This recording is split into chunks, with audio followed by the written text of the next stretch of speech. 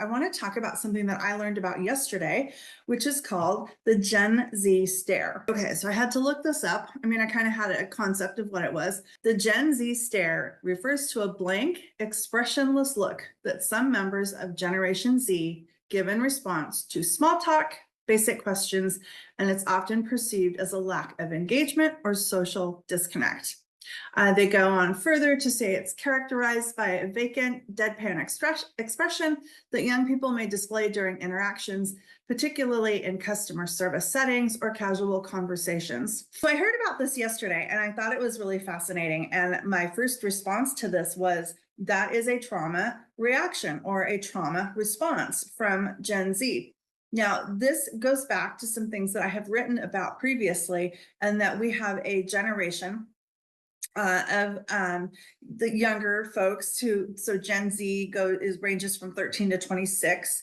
And that 26-year-old population, I think was really neglected. And I hate to use that word, but that's the word that I'm going with. That was a generation of folks, kids, young adults, if you will, that was really neglected during all of the COVID mandates and lockdowns and measures and all of that. And I say that I don't think any of us did that from a place of, oh, I'm just going to ignore you. I fell into the same trap, thinking that my college-age daughter in her apartment with her roommates and taking virtual classes was going to be just fine.